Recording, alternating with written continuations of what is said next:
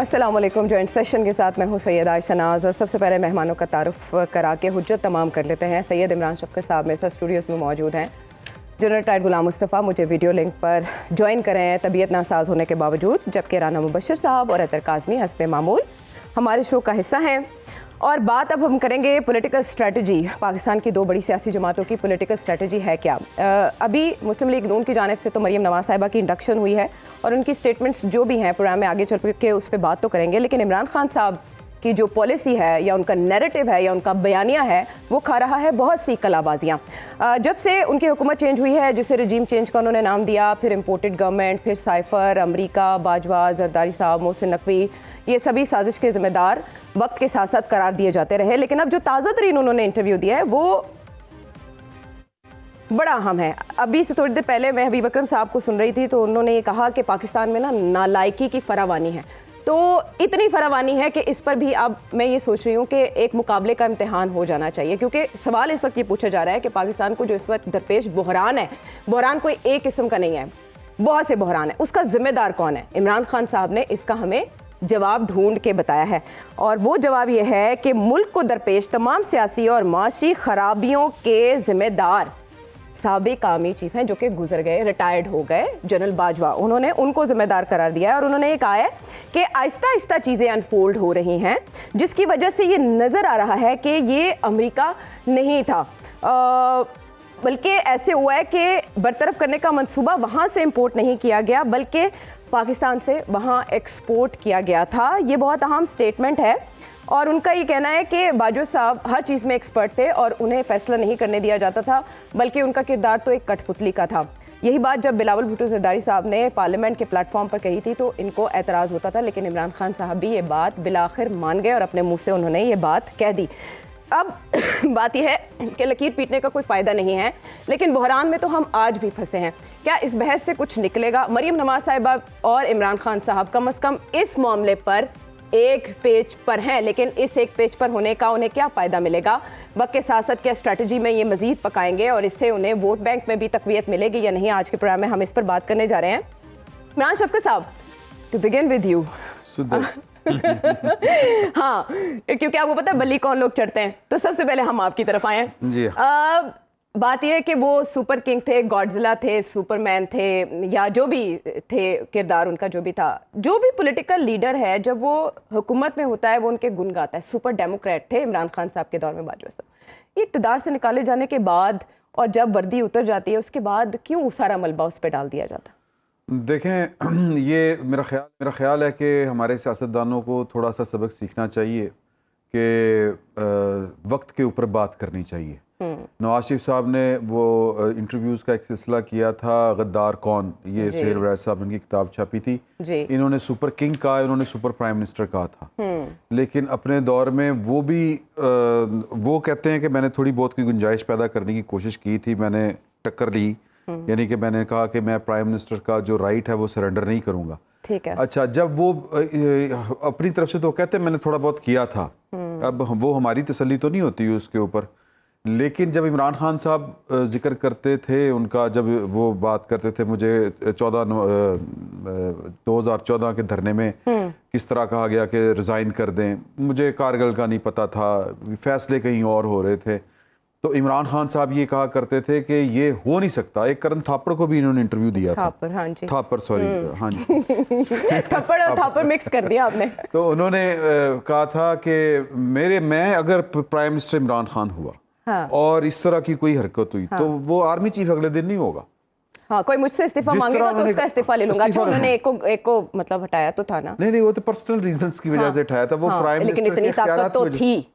यही सवाल है ना? यही सवाल है, हाँ, यही सवाल है कि जब आपके अपने घर की बात हो रही होती है तो फिर आप अपना इख्तियार इस्तेमाल कर लेते हैं। अच्छा, जब मसला होता है कोई और, हाँ, फिर आप, इसका मतलब ये है कि आप उस वक्त उस चीज़ को ठीक समझ रहे होते हैं जो उस वक्त नहीं बोलते।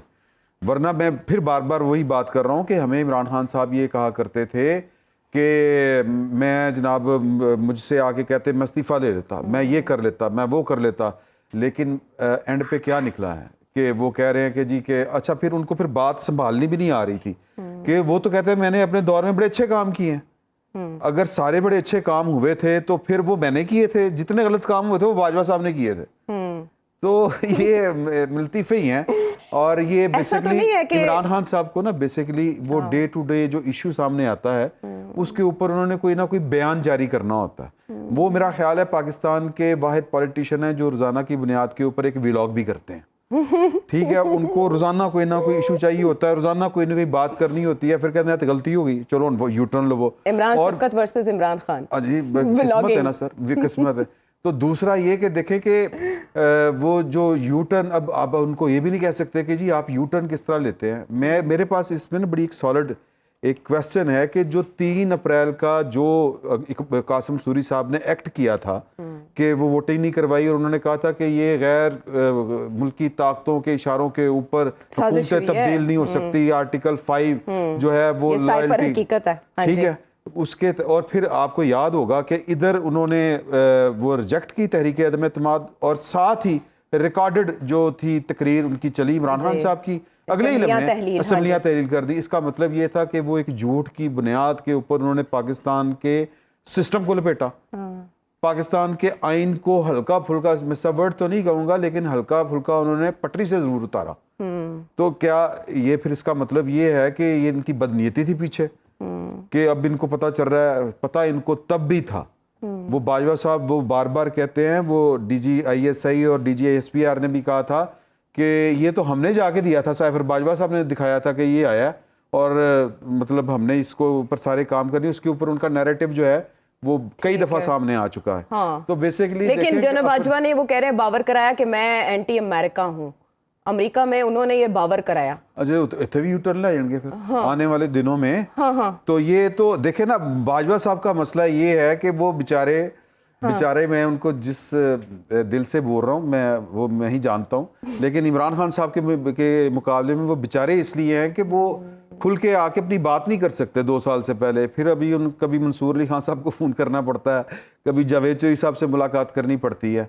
तो इमरान खान साहब को बहरहाल एज तो है, पॉलिटिशियन के पास ये एज तो होता है कि वो झूठी सच्ची जो भी कहानी सुनानी हो वो आगे सुना देते हैं। हाँ, बेहतर तो ये होता है ना कि जब इस तरह की बहस हो रही हो, इल्जामात लग रहे हों, तो कहीं ना कहीं ये सेटल हो जाए, इस्टेब्लिश कर दिया जाए कि असल खता किसकी थी। लेकिन पाकिस्तान में अभी तक हो नहीं सका और ये कहानी अतर बहुत तवील है, बहुत पीछे जाके इसकी बुनियादें मिलती हैं। बात यह कि इमरान खान साहब उन्होंने तो कैरी ऑन करना है, जाने वाले तो चले गए, उनकी मुद्दत है एक, आसिफ जरदारी साहब बावर भी करा चुके हैं। इमरान खान साहब ने इसमें एक सियासी हकीकत के तौर पर जिंदा रहना है, आगे सफ़र करना है और आवाम को लीड करना है।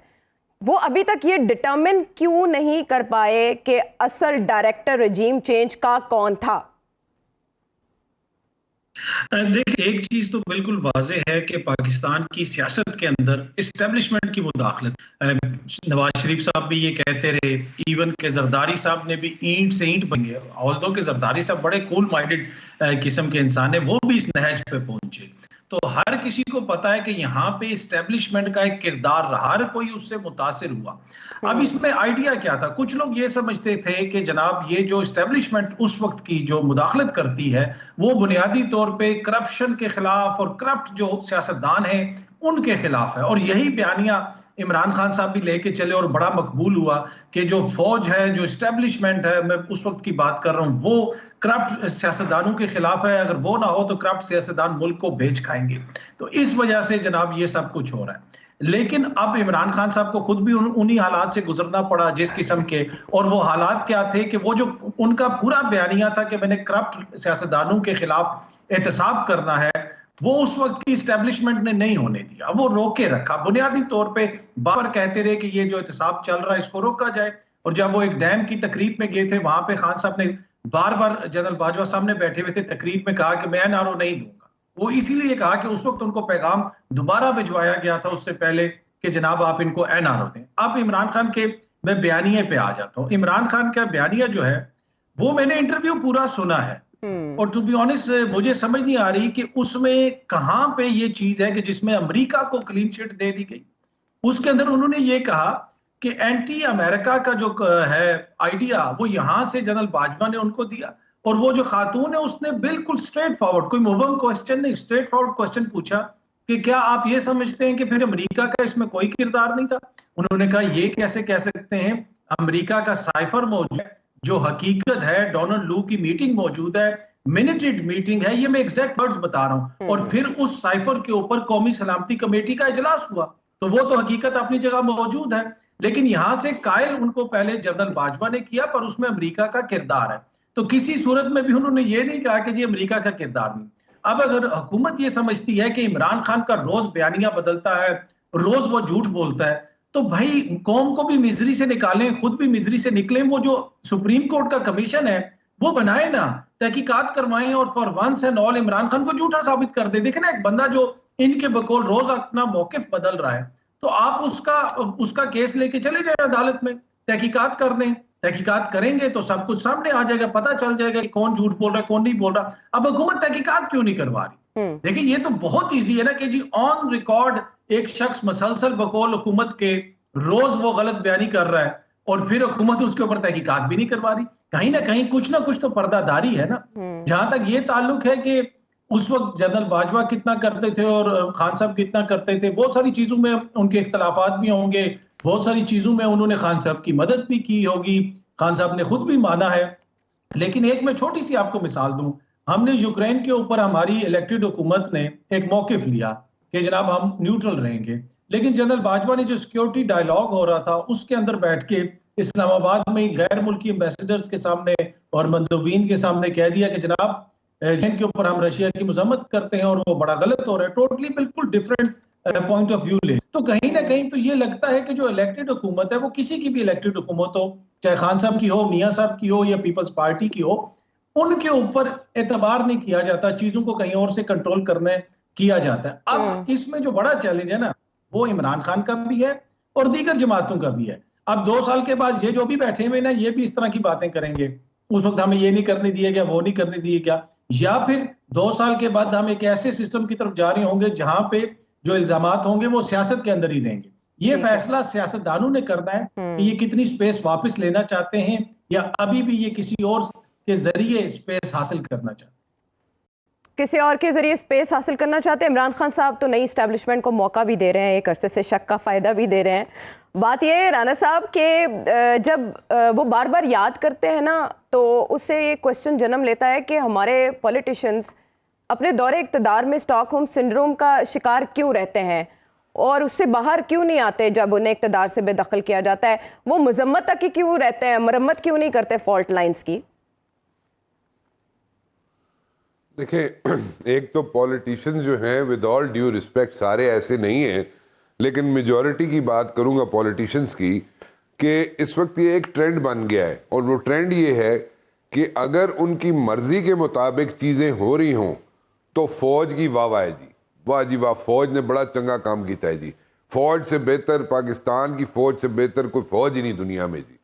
और अगर पॉलिटिशियंस या किसी जमात, पॉलिटिकल जमात के खिलाफ कोई भी बात हो रही हो या कोई भी तहमगोइयाँ भी हो रही हों, तो वो जनाब फौज की बैशिंग शुरू हो जाती है, फौज पे तनकीद शुरू हो जाती है। अच्छा, ये काम जारी रहेगा। अब इसमें बिल्कुल ठीक है कि अभी जो भी हुकूमत में है वो सब अच्छे की रिपोर्ट देगा जी, पिंडी बहुत अच्छा है जी। जिस वक्त हुकूमत में नहीं होंगे उस वक्त बैशिंग पिंडी की शुरू हो जाएगी। नाउ ये सिलसिला ख़त्म होना चाहिए, इसको छोड़ दें। आप खुद जाते हैं, आप MI के दफ्तरों, ISI के दफ्तरों, पिंडी हो 4 नंबर गेट, तो अब नंबर चेंज हो गया है, आप पॉलिटिशियंस जो हैं खुद जाते हैं। देखिए, शेख रशीद के साथ मुझे बहुत से इख्तलाफात हैं। शेख रशीद साहब जो भी फाल निकालते हैं तोते की, उसमें से 99% जो है गलत होती हैं चीज़ें। लेकिन देन अगेन, अगर शेख रशीद साहब बता रहे थे इमरान खान को कि जनाब वहाँ पे मौजूदा वज़ीर आज़म पिंडी में मौजूद होते हैं और वहाँ पे जाके जो मौजूदगी उसका आपके वैक्यूम जो क्रिएट हुआ है पिंडी का, और उस वक्त की हुकूमत इमरान खान की जो थी उसमें जो वैक्यूम क्रिएट हुआ है उसमें मौजूदा वज़ीर आज़म जो है अपनी जगह बना रहे हैं। तो फिर आपने क्या किया, उस वक्त के वज़ीर आज़म इमरान खान साहब, आपने क्या किया? आप इतने कॉन्फिडेंट क्यों थे? क्या मतलब क्यों इतने आपका लेवल कॉन्फिडेंस बहुत हाई था कि जनाब नहीं कुछ भी नहीं होगा? क्यों नहीं कुछ होगा? आपके ओपोनेंट्स जो हैं 13 जमातें हैं, आप तो एक हैं। तो अगर उन्होंने जगह बनाई, उन्होंने तो वेरी राइटली, पॉलिटिक्स में ये होता है, सो उस वक्त भी तो उस आज के वजीर आजम और उस वक्त के पॉलिटिशियन जगह बनाने के लिए भी तो पिंडी के दौरे करते रहे ना, जैसे भी करते रहे।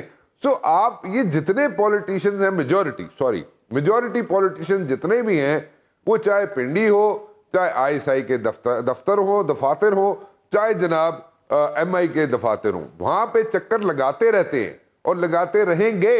ठीक है, अब this is for the Pindi वालास टू डिसाइड कि उन्होंने किस डिस्टेंस पे रखना है इनको। यहाँ तो वो जनाब जिस वक्त हुकूमत में उनकी तारीफें सुन के वो खुश रहेंगे पिंडी वाले, तो ठीक है। अगर उन्होंने लाइन ड्रॉ करनी है कि जनाब जब ये ऑपोजिशन में जाएं और हमारे खिलाफ तनकीद करना बंद कर दें, तो कहीं ना कहीं तो पिंडी वालों को भी लाइन ड्रॉ करनी पड़ेगी कि नहीं। अब वो सिर्फ लाइन ये नहीं हो सकती कि आप इनको जनाब डंडा सोटा करके बिठा दें जब ये ऑपोजिशन में हो, उसके अलावा भी कोई स्ट्रेटजी होनी चाहिए। वो स्ट्रेटजी ठीक है, प्लान बी प्लान सी मौजूद होता है, लेकिन मेरे ख्याल में अब इनफ इज इनफ। उस चीज को अब बाहर कर दें तो ज्यादा बेहतर है, उस चीज से निकल आए बाहर तो अच्छा है पॉलिटिशियंस भी।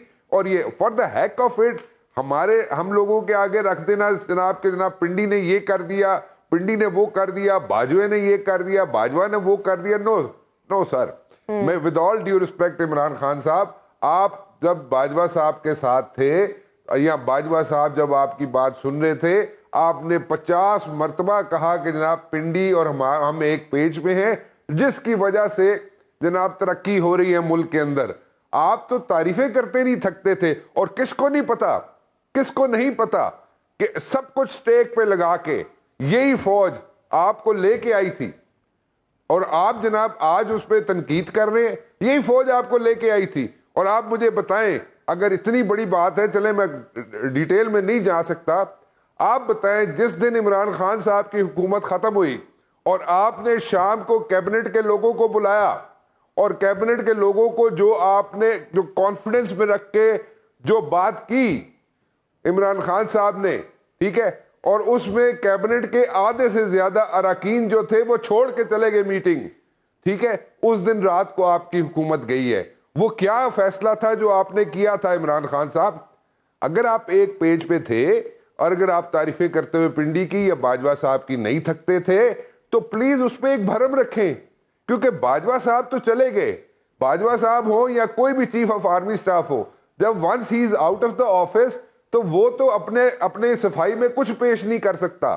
ठीक है, ना वो तो सफाई में पेश तो कर रहे हैं होता है और वो कुछ भी नहीं करते। हाँ, लेकिन लोग बाय किसको करते हैं ना, मैटर ये हमारे सामने। हाँ जी, नहीं देखे, मसला ये आयशा कि वो जो चीजें पेश कर रहे हैं ना, वो चीजें वो नेशनल अपना सॉरी ये डिफेंस जो यूनिवर्सिटी है, नेशनल डिफेंस यूनिवर्सिटी जो है, उसमें भी 5 हफ्ते पहले वो सारी चीजें बात कर चुके हैं। जी, ऐसा ही है। ठीक है, 5 हफ्ते पहले रिटायरमेंट से वो बातें सारी कर चुके हैं बाजवा साहब, और उसमें बड़ी डिटेल में बातें कर चुके हैं। And I was physically present over there. और अगर मैं क्योंकि वहां पे चैटम हाउस रूल अप्लाई करता है, इसलिए मैं डिटेल में नहीं जा सकता, लेकिन देन अगेन अगर मैं बातें करनी शुरू करूंगा वहां पे और उस रूल बहुत बातें कर ली राणा साहब, आपने पहले ही बहुत कुछ कह दिया जो कि बहुत से लोग कहते हुए कतराते हैं। और बहरहाल आपकी बातों से बहुत कुछ याद भी आया, रेजोनेंस भी हुई उसकी। और जनरल साहब की तरफ हम जाएंगे। डर्टी हैरी ऑडियो लीक्स का एक सिलसिला चला। इमरान खान साहब ने डर्टी हैरी के हवाले से भी अपना मौक़िफ़ बहुत बदला, कई ट्रैक्स बदले, और उसके बाद अब जाके जो हेडलाइंस लगी हैं वो ये कि actually it was ex army chief not US जो कि उनके निकालने के पीछे थे। क्वेश्चन यहाँ ये है कि इमरान खान साहब के पेश नज़र कुछ तो होगा कि वो बार बार याद कर रहे हैं उनको, जिनके बारे में मुस्लिम लीग काफ का ये कहना है कि भाई सबसे ज्यादा मदद तो उन्होंने की इनकी।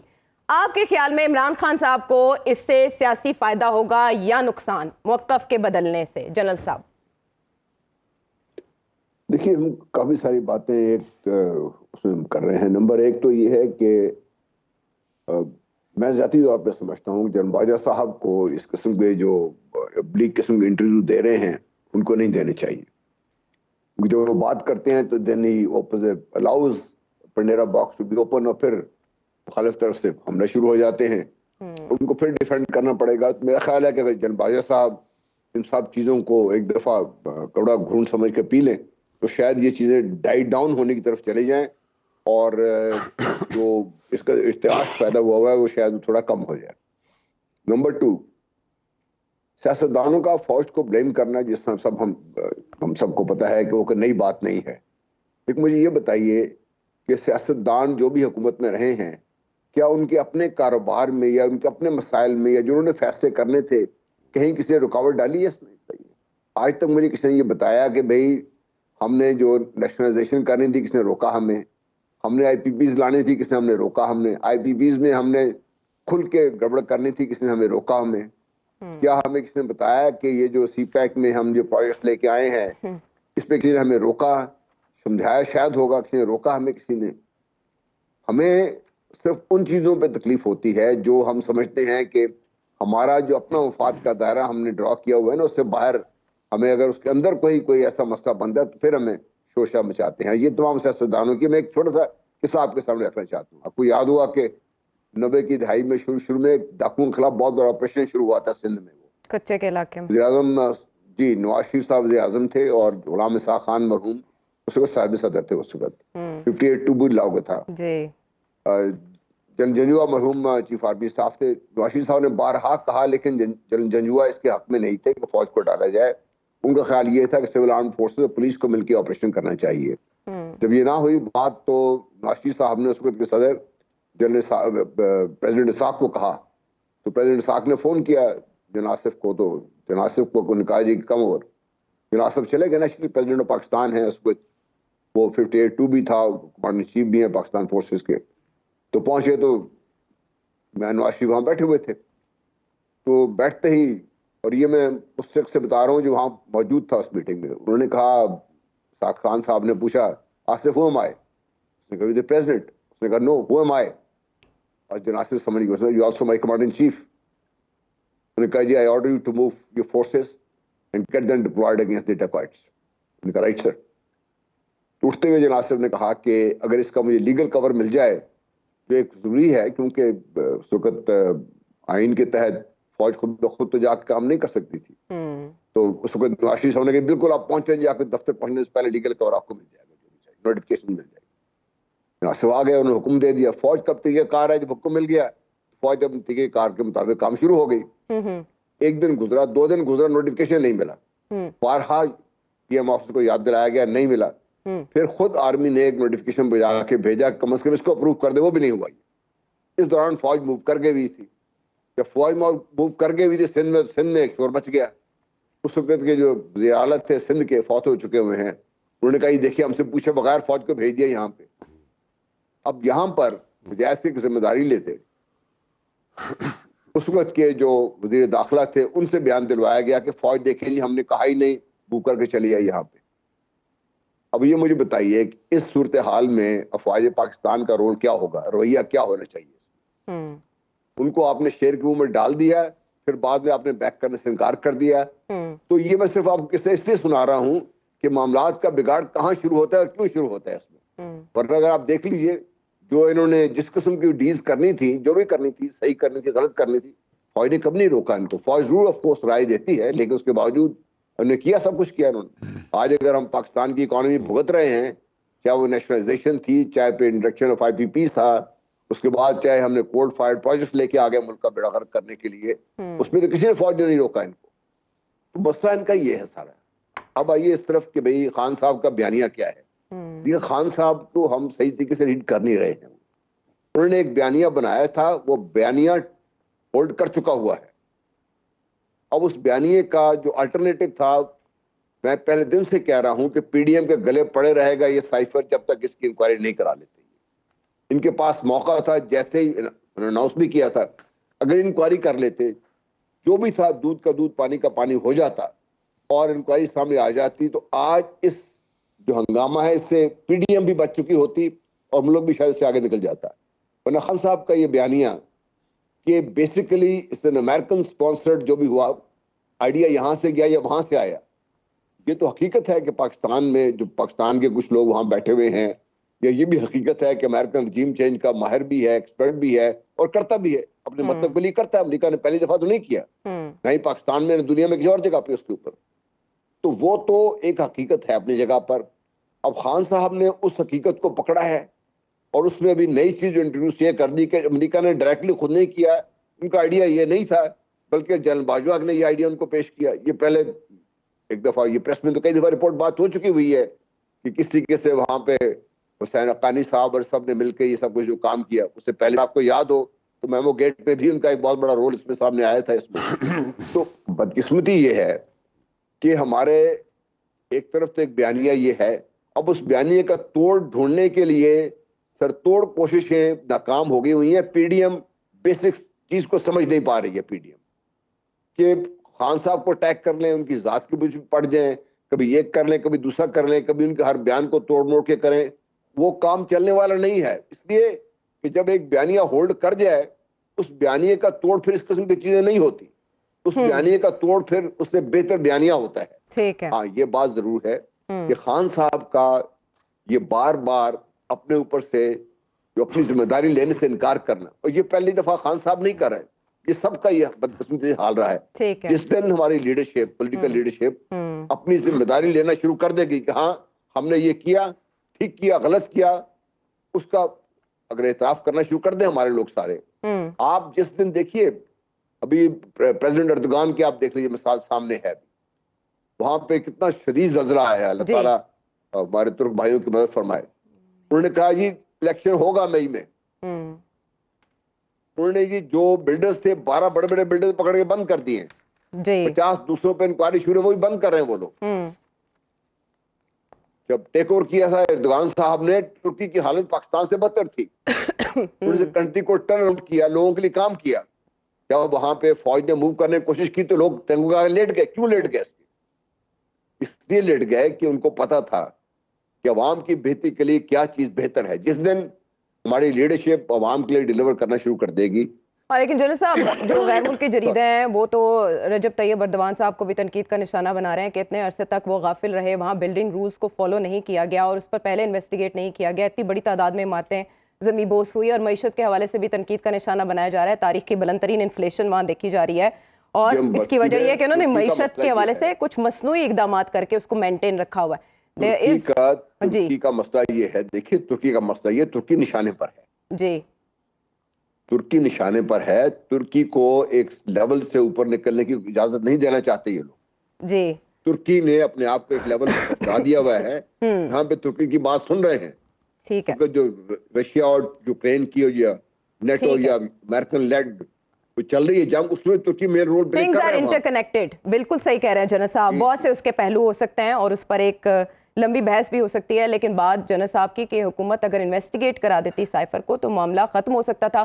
4 हल्कों के लिए कमीशन बना था, ये तो उससे ज़्यादा ग्रेव और सीरियस इशू था। अगर इसके ऊपर कमीशन बना दिया जाता और खुसूसन नए पॉलिटिकल होने के बाद उसके नताइज भी पब्लिक हो सकते थे तो ज़्यादा बेहतर इस हुकूमत के लिए होता, लेकिन ये क्यों ना हो सका, इस पर एक सवालिया निशान। वापस आते हैं ब्रेक के बाद।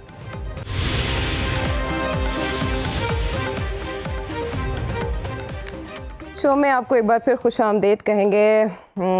एक शेर है कि हाथ उलझे हुए रेशम में फंसा बैठे हैं, अब तू ही बता कौन से धागे को जुदा किससे करें। ये हम IMF के साथ जो मामला चल रहे हैं उसके तनाजुर में ये शेर पढ़ रहे हैं और नहीं पता कि कब जाके इमरान शफकत साहब ये डील फाइनल होनी है और किन मामलात के ऊपर ताख़ीर है। अलबत्ता ये कि शौकत तरीन साहब के खिलाफ तो हो गया मुकदमा, चलो इसमें ये पेशरफ्त हुई, देर से हुई अलबत्ता, तो कोई वजूहात तो होंगी जो कि इसके बैकग्राउंड में होंगी। कहते हैं इंक्वायरी वगैरह कोई चल रही थी, हाँ वो मुकम्मल हुई है तहकीकात, जिसके बाद ये हुआ और इस इंक्वायरी ने इतना टाइम लिया और अब जाके ये काम हुआ। तो IMF के साथ मामला जिस ताख़ीर का भी शिकार है, मरीम नवाज साहिबाना उसकी एक तोजीह दे रही हैं कि मुल्की मईशत एक मलबे की तरह है जिसको दीदा ज़ेब इमारत बनाने में वक्त लगेगा। जो भी आता है वो यही कहता है और यही रीज़न, उसके एक्सक्यूज़ेस ये होते हैं कि पहली हुकूमत ये मलबा छोड़ के गई है जिसको हम इकट्ठा करने की कोशिश कर रहे हैं। दूसरी जो बात वो अपनी एक माजूरी का इजहार कर रही है कि 10 माह में इनकी हुकूमत ने कोई इकदाम नहीं किए नवाज शरीफ साहब को वापस लाने के लिए या उनके केसेस के हवाले से, अब जाके एक लेजिस्लेशन होने जा रही है। हुई जो ताख़ीर, कुछ बायसे ताख़ीर भी था, इतना तसाहुल। जहाज गवाच जाते ना वो बरमुदा ट्रायंगल कहाँ है? हाँ, वो पाकिस्तान में भी है? नहीं, कुछ जहाज गए थे वो गुम हो गए तो वो फिर उनके नतीजे में चीज़ें ये होती हैं। मुझे लगता है आप गुम होने से बचने के लिए हाँ, इस तरह की बातें कर मैं थोड़ा रहे सा हैं। परहेज कर रहा हूँ और हो सकता है कि राणा साहब रोशनी पा देना देते हैं।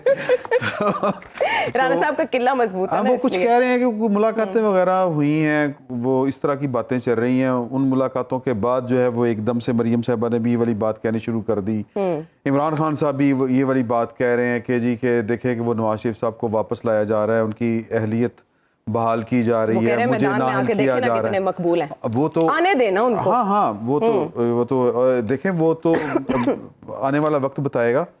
जाहिर है कि इन्होंने जो कुछ किया है, इन्होंने अपनी कीमत अदा करनी है। जिस हाल में गरीब इस वक्त पहुंच चुका है, उसने कोई हिसाब किताब निकाल के नहीं बैठ के फैसले करने के जी कि अच्छा वो फलां दौर में ये था तो ये था ये था, तो इसका गरीब आदमी को, मेरे जैसे आम आदमी को जो इफेक्ट करती है चीज़, वो आज का दिन कर रहा है कि आज मेरे घर में आटा दाल है कि नहीं है, मेरे बच्चे भूखे तो नहीं सो गए, तो मैंने तो उसी हिसाब से देखनी है चीज़ें।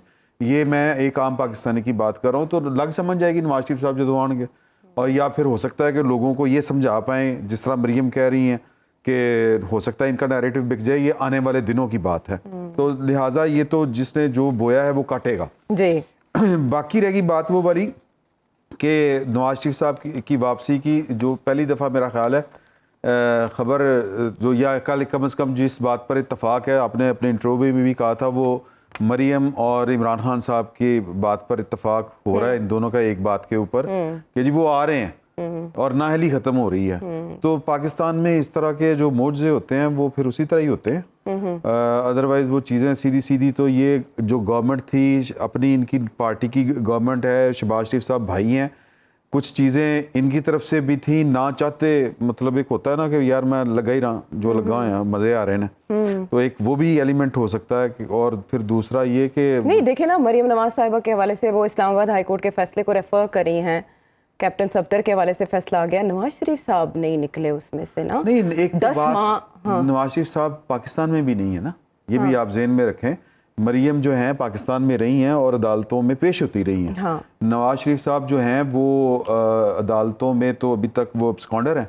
इसकी वजह उनकी अपनी सुस्ती है या पाकिस्तान के माहौल में उन्हें कुछ अभी गड़बड़ नजर आ इसी रही? तरह देखें, वो पाकिस्तान में आप तसव्वुर कर सकती हैं कि एक बंदा जो कन्विक्टेड हो वो पाकिस्तान से बाहर चला जाए इलाज के लिए? नहीं हैं, ये इसका मतलब है कोई ना कोई करामाती हाथ थे पीछे। तो वो करामाती हाथ जो हैं वो अब शायद कोई वो रुकावट थी, या वो उनको वापसी में वही करामाती हाथ दस्तयाब नहीं है, तो वो दस्तयाब मुलाकातें हो रही हैं ना जी। मैं तो बार बार मैं माड़ा आदमी है, समझा करो।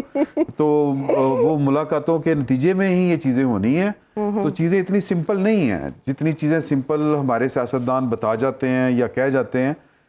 पाकिस्तान जैसे मुल्क में चूँकि हमारे सियासतदानों ने इसी तरह ही मुझे लगता है चलना है, और इसके ऊपर वो इस तनख्वाह के ऊपर राजी हैं, अच्छा, तो फिर इसी तरह ही होनी है चीज़ें। नहीं उसमें फिर नाअहली सामने आती है ना शहबाज हुकूमत की भी, जो मरियम नवाज साहिबा भी अफसोस का इजहार करी सर उनकी अहलियत है, ये उनकी अहलियत है कि वो हुकूमत में बैठे हुए हैं। हाँ, ये उनकी इतनी ही नहीं ये करम नवाजी हो सकती है। अच्छा नहीं, मेरे मुझे बात बताएं, शहबाज शरीफ साहब की गवर्नमेंट, शहबाज शरीफ साहब की गवर्नमेंट का सुपर किंग कौन है? देखिए चले, आप नहीं जवाब दे पाए, अतर से पूछ लेते हैं। अतर, बात यह कि मुस्लिम लीग नून की पॉलिटिक्स, जिसके हवाले से आप ये कह चुके हैं कि बहुत देर हो चुकी है, डैमेज अब उस तरह से कंट्रोल नहीं होगा, रिकवर नहीं होगा, इसमें कैप्टन रिटायर्ड सफदर भी कुछ अजीबोगरीब बातें करना शुरू हो गए। मेरा ख्याल है उसको ऐड करते हैं ताकि जवाब में आप उसको शामिल करते हुए बता तो सकें, नब्ज मरज की तशखीस तो हो सके। बात तो सच है अतर, लेकिन बात है रुसवाई की। कैप्टन रिटायर्ड सफ्दर क्या कह रहे हैं, कौन से पोल खोल रहे हैं? देखिए, जो आप पूछ रही थी कि उनके सुपर किंग कौन है, यही कैप्टन सफदर ही मुझे लगता है सुपर किंग है उनके, जिस तरह वो बातें कर रहे हैं। इससे अलावा, इनके अलावा तो कोई मेरे जहन में नहीं आता। देखिए दूसरी चीज, लेकिन 16 आने जी जी जनरल साहब को डर ना लगता है, असि दस दे जनरल गुलाम मुस्तफा साहब। हाँ बिल्कुल। तो वो इशू ये है कि अब ये कैप्टन सफदर साहब ने जो बात की, आप पहले भी यही चीजें हो रही थी, काफी अरसे से हो रही थी। कैप्टन सफदर साहब ने पहले तो इस हवाले से कुछ नहीं फरमाया, लेकिन यकीनन नवाज शरीफ साहब किसी के हवाले से पार्टी के अंदर तहफुजात हैं, मरियम बीबी की अब सियासत के हवाले से भी तहफुजात हैं, पार्टी के अंदर भी हैं, और क्या पता किसी सुपर किंग को भी तहफुजात हों, मियां साहब के हवाले से भी तहफुजात हों, मरियम बीबी के हवाले से भी तहफुजात हों। और सुपर किंग मैंने कहा कैप्टन सफदर इसलिए कि तहफुजात का इजहार उन्होंने किया है। तो अब इशू ये है कि अब ये जो हुकूमत है जो कह रहे थे कि हमने आके महंगाई खत्म करनी है, ये करना है, वो करना है, इनका टोटल जो बयानिया है वो उसमें इशू क्या है, ये बड़ी समझने की चीज है कि लोग कहते हैं कि इमरान खान का ये बयानिया बिक गया और पीडीएम का कोई बयानिया नहीं बिक रहा। इमरान खान का बयानिया क्या है? वो बयानिया बुनियादी उससे आप इख्तलाफ करें, इत्तेफाक करें, वो ये कह रहे हैं मेरी हुकूमत खत्म हुई और आप का नुकसान हो गया, पाकिस्तान गुलाम बन गया, पाकिस्तान ये है, पाकिस्तान। इनका बयानिया क्या है? मेरे वालिद के मुकदमे खत्म नहीं हुए, मेरे ऊपर ये हो गया। ये इनका बयानिया अपना नोहा है, ये अपनी जात से आगे नहीं निकल पा रहे। अब ये कानून साजी करेंगे मियां साहब की वापसी के लिए। आप समझते हैं कि पाकिस्तान की अवाम जो इस वक्त आटा लेने के लिए मुश्किल हो रही है, दो कौमी नजरिया इस तरह मजाक उड़ाया जा रहा है कि एक तरफ वो लाइन है जो टिम हॉर्टन के बाहर लगी हुई है कॉफी वाली, और दूसरी तरफ वो लाइन है जो आटे के लिए लगे हुए। क्या जो इस नहज पे जब मुल्क पहुंच चुका है वहां पे मियां साहब की जात के हवाले से कानून साजी होगी या नैब के केसेस के हवाले से कानून साजी होगी, तो क्या वो बयानिया कोई खरीदेगा? क्या वो बयानिया अवाम के अंदर मकबूल होगा? ये इशू है। जब तक अवाम का बयानिया लेके ये नहीं चलेंगे, चाहे वो ठीक हो या गलत हो, अब कन्विंस नहीं कर पाएंगे, तब तक ये चीजें आगे नहीं चल सकती।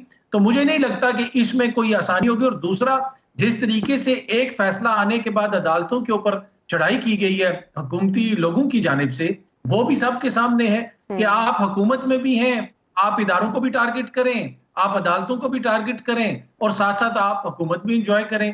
तो ये देखें ना, अवाम ये सब कुछ देख रही है। तो इस तरह के बयानिया तो फिर अवाम में नहीं चलेगा। दो चौपड़ियां नहीं उसे इमरान शफीक। मैं अतर साहब को कह रहा हूँ कि ये बात आप लिख लें कि ये, बल्कि लिखनी क्या है, वैसे ही मैं गुजारिश कर देता हूँ कि इस कानून साजी का फ़ायदा इमरान खान साहब को भी होना है। हाँ। जिस तरह ये अब इनको लगता है ना कि असम्बलियों से बाहर आके गलती हुई है, तो इस कानून साजी अगर होती है ना तो इसकी हिमायत करें, आने वाले दिनों में खान साहब को फ़ायदा होगा। हाँ, वो तो पहले ही प्रेडिक्ट कर चुके हैं ना खान साहब। लेकिन जिस सवाल पे हम थे राना साहब, और जो शायद आप ज़्यादा अच्छा जानते हैं कि कौन है सुपर किंग, उसका जवाब तो आप देंगे। ज़रा हमें बताएं तो सही कि IMF के साथ डील में मामलात कहाँ अड़े हैं, कितनी देर और लग सकती है, और मरियम नवाज साहिबा जो उज़र पेश कर रही हैं, कब तक वो इस हुकूमत को बचाने में कामयाब होंगी, इसको डिफेंड करने में कामयाब रहेंगी? मेरा तो ख्याल था ये इमरान शफकत साहब ये हों या अतर हो या जनरल साहब हो या आप हो, हम सारे दोस्त हैं। लेकिन जिस तरीके से इमरान शफकत ने मनु बलीदा पकड़ा पड़ा है, इमरान सफदर आपने नाम एक्सचेंज कर दिया, वो शफकत है, कैप्टन सफदर है उधर। नहीं, मैं शफकत ही क्या है। अच्छा, मैंने सफदर सुनाई देता है फिर। मैं शफकत ही क्या। जी जी। नहीं, तानू पता नहीं क्यों सफदर याद आ रहे हैं बार-बार। माजरत राना साहब वो कान थोड़े बंद है ना उसकी वजह से। नहीं ना इस तरह करो, नहीं बंद ना करो ना कान, इस तरह ना करो ना। अच्छा चलो वो बात दसांगा। तो पॉइंट इज, देखे यहाँ पे IMF की पहले बात कर लेते हैं। IMF जो है, to be very honest on a very serious note, जो मौजूदा लोग हैं जो बैठ के गुफ्तो शनीद कर रहे हैं विद IMF टीम, ठीक है, they are looking for some guarantees. Please try to understand this. मौजूदा हुक्मरान, उनमें से जो टीम IMF के साथ जाके निगोशिएट क्या कर रही है, बातचीत कर रही है, वो they are looking for some guarantees for this present government, for this present setup. वो गारंटीज अभी तक नहीं मिली। ये मैंने 2 दफा बात रिपीट की है, इसको रिकॉर्ड में रखिएगा। वो गारंटियां नहीं लभी हाली तक।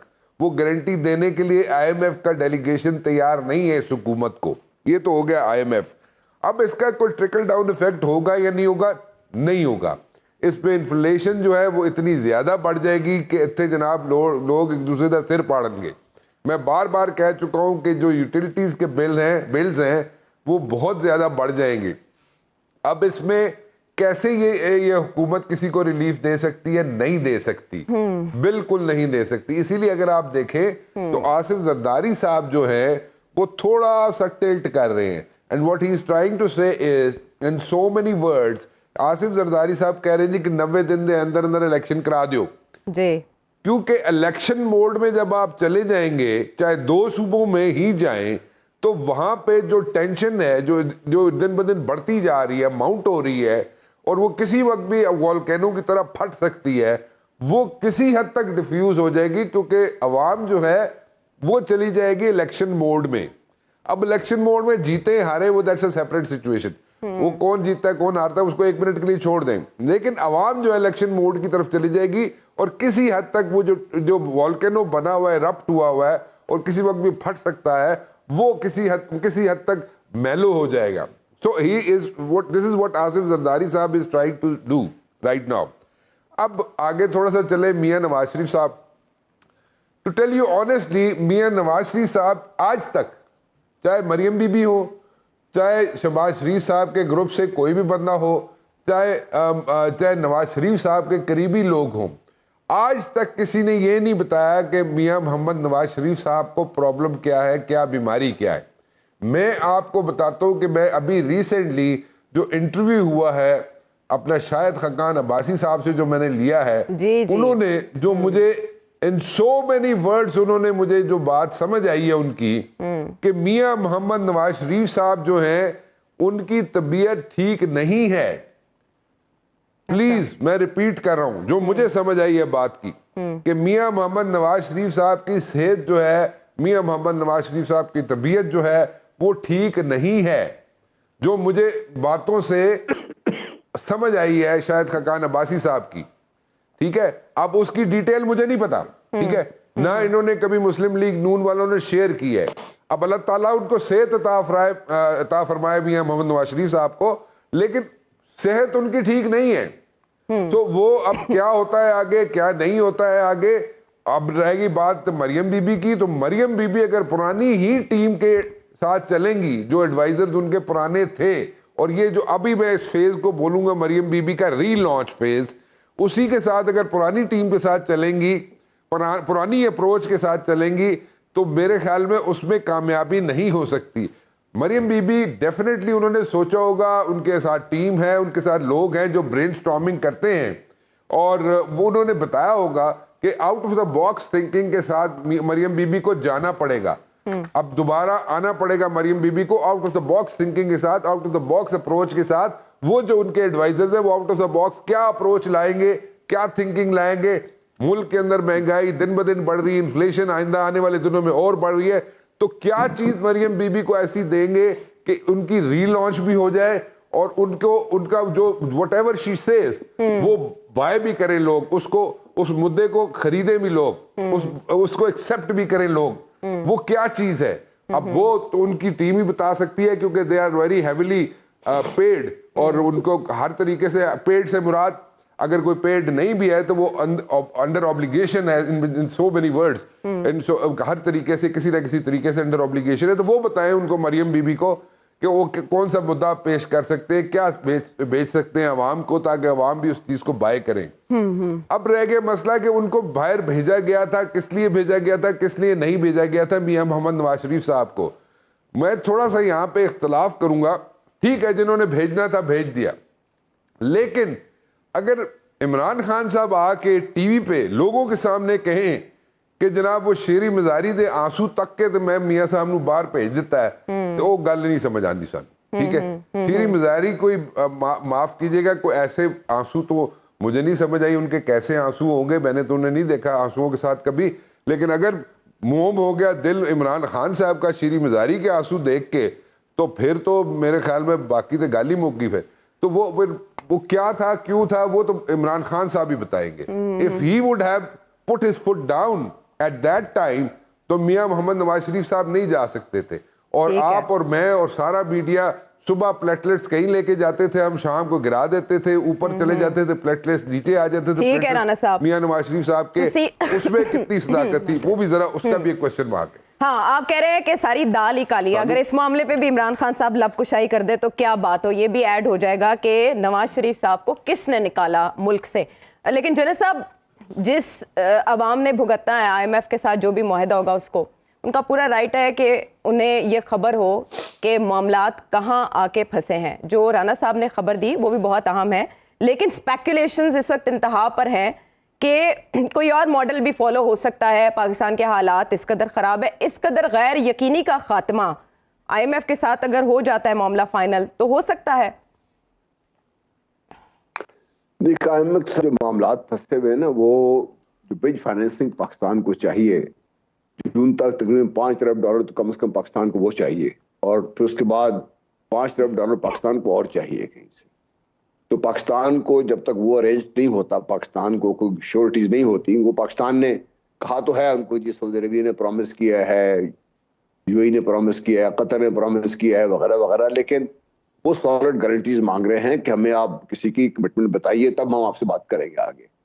नंबर 2, अभी इस वक्त वाशिंगटन में पाकिस्तान के और अमेरिका के कोई दफाई मुज़ाकरात स्ट्रेटेजिक मामलात के ऊपर 13 से 16 फरवरी। जी, वो मामलात क्या हैं, वो किस कल ऊंट बैठता है, क्या फैसले होते हैं, मेरा ख्याल उसका भी इम्पैक्ट होगा कि IMF कब यस करती है नहीं करती है। बहुत सारे ऐसे मामलात हैं जिसमें शायद डार साहब की अहलियत से बहुत ही ज्यादा आगे हैं, कि उनकी काबिलियत तो खैर हमेशा से डाउटफुल थी और बड़े वाजे होकर रह गए, जिसके मिफ्ताह साहब ने डार साहब के परख से उड़ाए हैं, तो समझ आती है बात इनकी।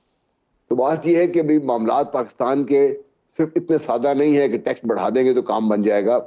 हमारी इंटरनल रीस्ट्रक्चरिंग इकोनॉमी की तो क्रिटिकल है, वो नहीं करेंगे तो आपको $10 अरब $20 अरब आ आएंगे, वो भी आप इसी होल में सिंक हो जाएंगे, पाकिस्तान में कहीं जाएगा नहीं। पाकिस्तान को जब तक अपनी डायरेक्शन हम सीधी नहीं करेंगे, हम तक अपने हमारे रीस्ट्रक्चरिंग चाहिए ना, इकोनॉमिक स्ट्रक्चर हमारा जो है इसका इंसाइड लॉपस्टार्टेड है। टैक्स हम बेहिसाब देते हैं, इतने टैक्स देते हैं, वो सारे इनडायरेक्ट हैं, वो कहाँ जाते हैं, इतना पैसा हम दे दो कहाँ जाते हैं। इतनी बड़ी गवर्नमेंट है हमने रखी हुई है, मेरा ख्याल है पाकिस्तान जितनी बड़ी गवर्नमेंट पाकिस्तान से 3 गुना आबादी वाले मुल्कों में नहीं हुई, इतनी बड़ी गवर्नमेंट हमारी है। जी, इस गवर्नमेंट को हम क्या कर रहे हैं, सारा मतलब मसाइल बहुत सारे हैं, उसको हम ठीक करने को तैयार नहीं है।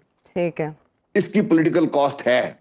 वो कॉस्ट ये है कि अगर तो आप रिस्ट्रक्चरिंग करके पाकिस्तान को इस गर्दाब से निकालने में कामयाब हो गए, लोगों को उम्मीद बन गई, तो जो भी ये काम करेगा वो अगले 2, 4, 5 साल, 6 साल, 10 साल इलेक्शन जीतता रहेगा। अब तक होता ये आया है कि हमने जो है ना ऑप्टिकल इल्यूजन पे काम किया है कि ये इलेक्शन होगा, इससे मैं ये सड़क दिखाऊंगा तो लोग मुझे खुश हो जाएंगे जी, ये होगा तो मैं ये ऑरेंज ट्रेन दिखाऊंगा तो लोग खुश हो जाएंगे, मुझे वोट मिल जाएगा।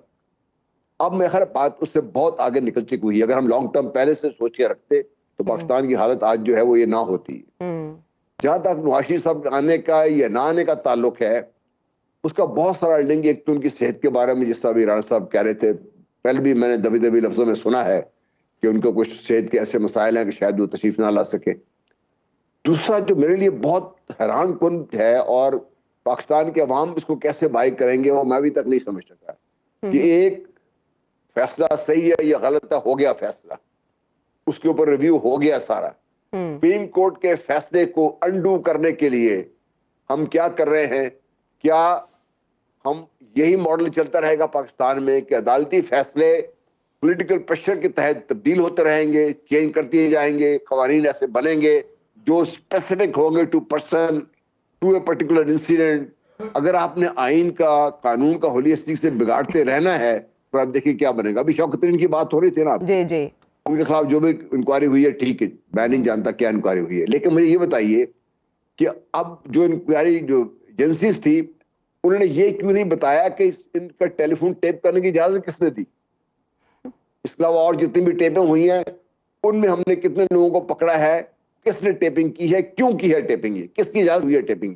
पाकिस्तान के prime minister office, the highest office, जहां पे तमाम वहां पे जाकर रुकते हैं, पाकिस्तान के नेशनल सिक्योरिटी के तमाम मामला वहां डिस्कस होते हैं, वहां से सिक्योरिटी ब्रीच होती रही, वहां पे हमने कोई बात नहीं सुनी। ये पॉलिटिकल विक्टिमाइजेशन से बाहर निकले, ये 80 की दहाई से बाहर निकले, तो पीडीएम अपने लिए कोई बेहतर रास्ता तलाश करे। इनसे शौकत तरीन साहब तो मुल्क में नहीं है, उनको हीरो बना दिया इन लोगों ने, इस तरीके से बाकी लोगों को पकड़ के कभी इधर से पकड़ते हैं, कभी उधर से पकड़ते हैं। ठीक है जनरल साहब, अपने लिए बना के बैठ जाते हैं सर। हाँ जनरल साहब, जितने भी सवाल आपने उठाए 73 के आइन के 1973 के आज गोल्डन जुबली के मौके पर, ये सवाल बहुत अहम है जिनके जवाब तलाशने किसी ना किसी की तो जिम्मेदारी है। बहुत आसान है कि किसी ना किसी को आप बहरान का जिम्मेदार करार दे दें, लेकिन ये बहरान और इनके सबब जो ढाल लेकर जिम्मेदारान बच जाते हैं, अपनी नस्लें सवार लेते हैं, वो लकूनस कहाँ हैं, वो खला कहाँ है, इसको पुर करना भी किसी की जिम्मेदारी है। प्रोग्राम के वाले से फीडबैक दीजिएगा। अगले प्रोग्राम तक के लिए अल्लाह ने कहबान।